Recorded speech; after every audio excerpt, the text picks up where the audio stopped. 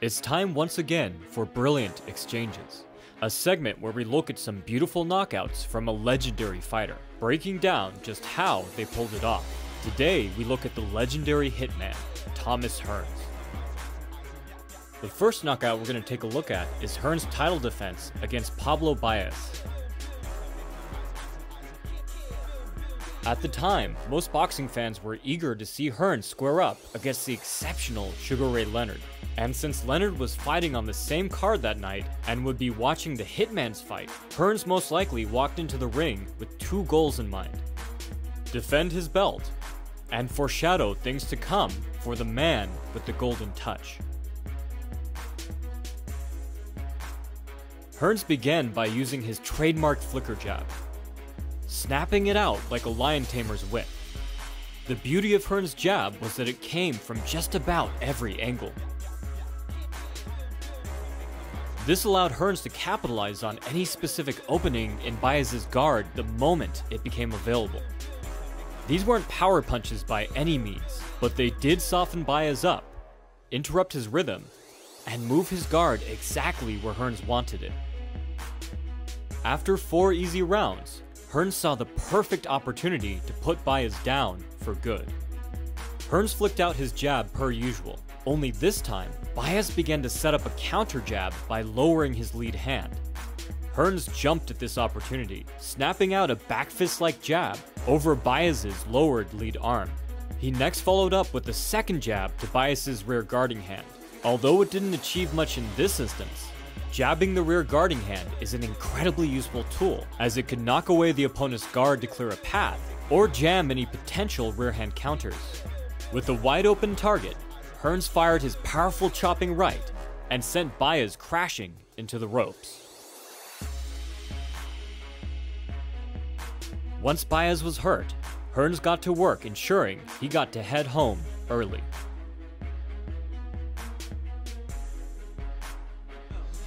Mostly I was just working on the jab. So basically I want to stop using the left hand a little bit more with using the jab and trying to hook off the jab. And that way I set him up with the body, jab to the body. The next shot was straight right hand right over the top. And that's what caught him. The great Emmanuel Stewart was most proud that Hearns had shown he was a thinker as well as a puncher, coming up with the winning strategy after round 2. And actually the strategy for the most part was his own part. He actually laid out his own plan. After 2 rounds he says, I know what to do. He said, the guy's not going for a single shot, so I want to dress him up. I said, go ahead, do your thing. And he did it. Up next, let's take a look at Hearns' knockout of the terrifying Juan the Hammer Roldan. In Hearns' journey to move up and take the middleweight championship belt, it was inevitable that Hearns would have to face Roldan. Not only did the fearsome champion have 65 wins with only 2 losses, but he also had the honor of being the first man to knock down Marvelous Marvin Hagler only a few years prior. The bell rang, and Roldan began with his typical brawler's aggression. However, the mismatch of styles and class was apparent from the very start. Roldan attempted to enter an exchange with the jab, but Hearns slipped and returned a jab to Roldan's chest. The jab to the chest both unbalanced Hearns' opponents and established distance. Roldan rocked back, his chin now in the air. Hearns leapt at the opportunity and hurled his signature chopping right. As his opponent staggered from the devastating blow, Hearns repeated the combination to send him to the canvas.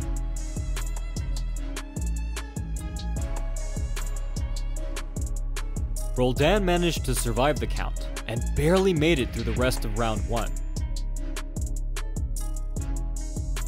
In round 2, Hearns showcased that he had insane power in his left as well as his right. Roldan attempted a lead hook, but as it came in, Hearns immediately changed direction and pivoted into a counter hook of his own. Pivoting into his counter hook not only moved Hearns' head out of the line of fire, but also added power and tightened the angle of Hearns' own hook. Roldan went to the canvas once more. Again, he beat the count, but then he did something that I honestly have no explanation for. Roldan lunged forward with both hands low, not even throwing a punch. He was all too easy a target for Hearns' right. The hammer fell to the canvas the last time.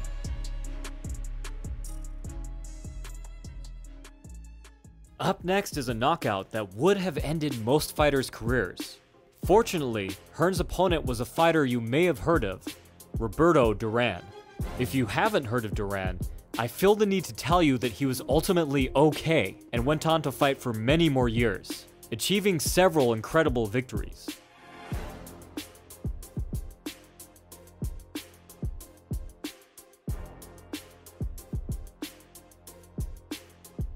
So all that said, let's take a look.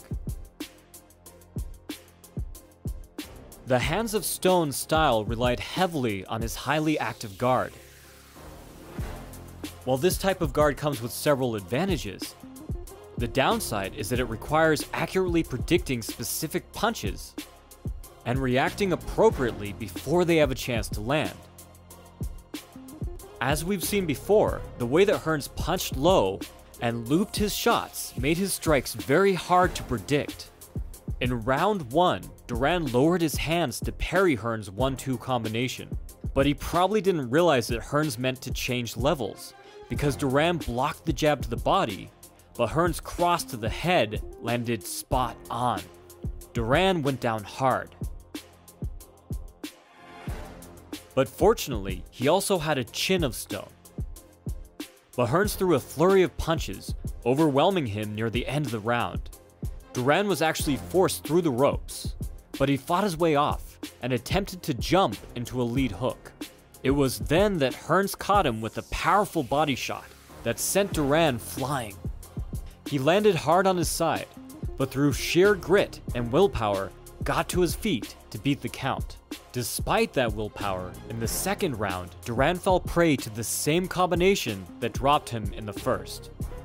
He lowered his hands to parry a double jab to the body, opening his face to an explosive right that sounded like a gun shooting a thunderbolt. An instinct, though, Gil. He's just hang up.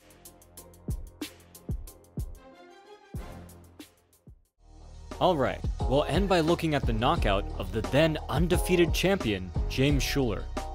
This sequence shows just how great Hearns was at finding and creating holes in his opponent's guard, no matter what style they practiced.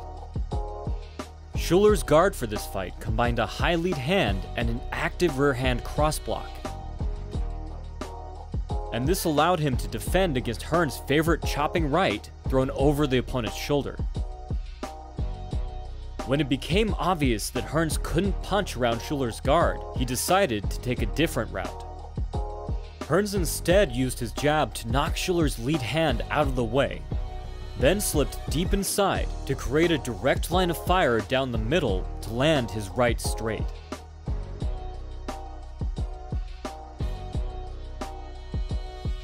This one punch was enough to end the fight.